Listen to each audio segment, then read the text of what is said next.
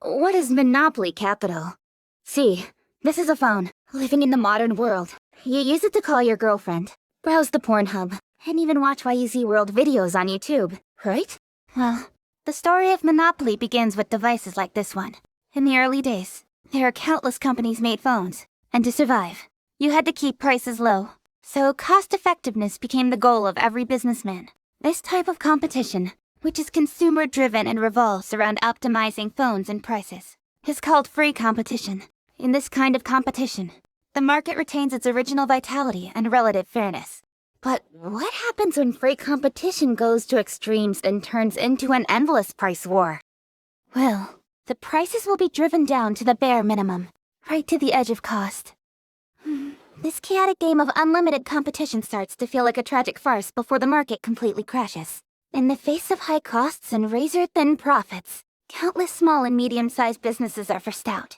In this kind of free competition, where the only way to win is by making goods cheaper, only those with deep pockets and sharp minds will survive. After fierce competition and fighting, big capitalists will soon control most of the market share. The vast majority of production and products will be concentrated in your hands.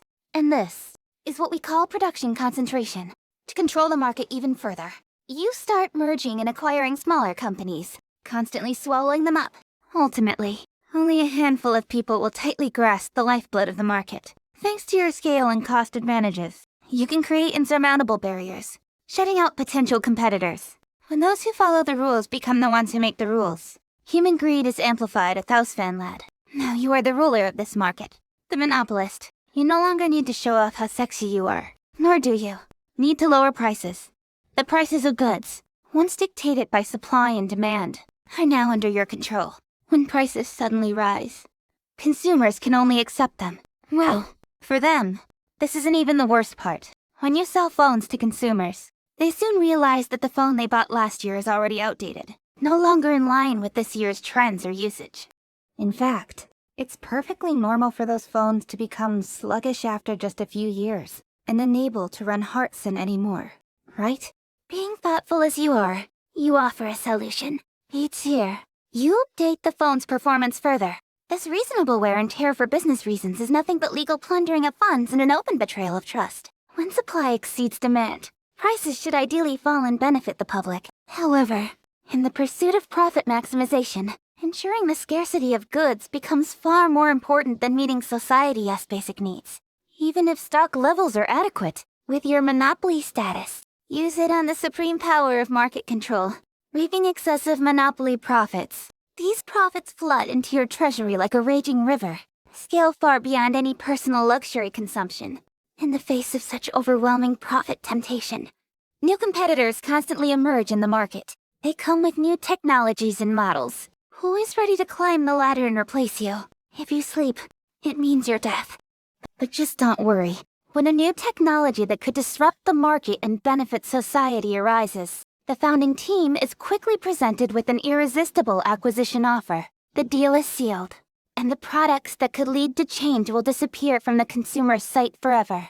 Yet, a new problem arises. In this market, the funds required for continuous acquisitions are astronomical, and the window for such acquisitions is often fleeting. Even you, with your monopoly wealth, may not have the funds to support your expansion ambitions. You look across society. The only entities capable of providing such large-scale funding, the banks. For them, large loans mean massive returns. As a monopoly capitalist, the interest on these loans alone is enough to make you salivate. The interests of both sides align perfectly. But behind those vast profits lurk hidden dangers. To control the risks of these massive loans, bank intervention naturally becomes reasonable and necessary. They intervene in your operations by holding shares in your company or placing executives to monitor your business. Thus, a process of reverse infiltration begins, with the monopolist using his enormous profits to buy shares in banks, sending executives to negotiate cooperation. This deep, comprehensive entanglement between capital and finance eventually blurs the boundaries between the two. The bank becomes the lifeline that sustains the monopolist's rule. Removing that lifeline means death. And if capital collapses, the bank's lifeblood will be severed as well. This fusion of capital and finance gives birth to a new entity, financial capital.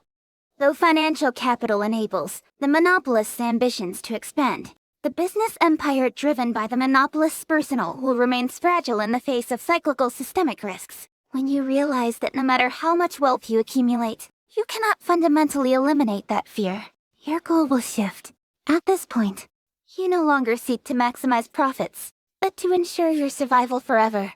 To achieve this, there is only one way to bind your survival deeply to the life force of the state machine, making yourself too big to fail. This is no longer commercial expansion. It's a strategic, planned enhancement. You begin to penetrate fundamental industries like energy, communications, and food. You want to connect your own lifeblood to the social arteries, tying yourself deeply to society. When your business isn't just providing a product, but is maintaining the entire societal infrastructure and enabling the survival of countless businesses. Your collapse is no longer just a loss for your empire, but a systemic catastrophe for society. In the future, you cloak yourself in the thickest armor of national interest. Congratulations, you've reached the peak of the pyramid, and the evolution of capital has reached its final stage. You are now a financial oligarch, born from free competition. The strongest one rises, to escape the ultimate fear of destruction. You've turned your back on freedom itself. You must sacrifice your own freedom to gain eternal safety. So now, you stand at the top of the capital world. But what is the price of this victory? With your monopoly status and political power, you extract excessive profits from society, converting societal wealth into fuel for your expansion. Your profits are private, but the risks, those are public. When a financial storm hits, ordinary people are forced to bear the consequences of inflation and unemployment. People never shared in your prosperity during your peak, yet they are forced to pay for your failure when you falter. This is your path to glory, starting with the pursuit of profit, ending with eternal survival. It's a road paved by hijacking public interests. But this will inevitably deepen the conflict between private monopolies and public welfare.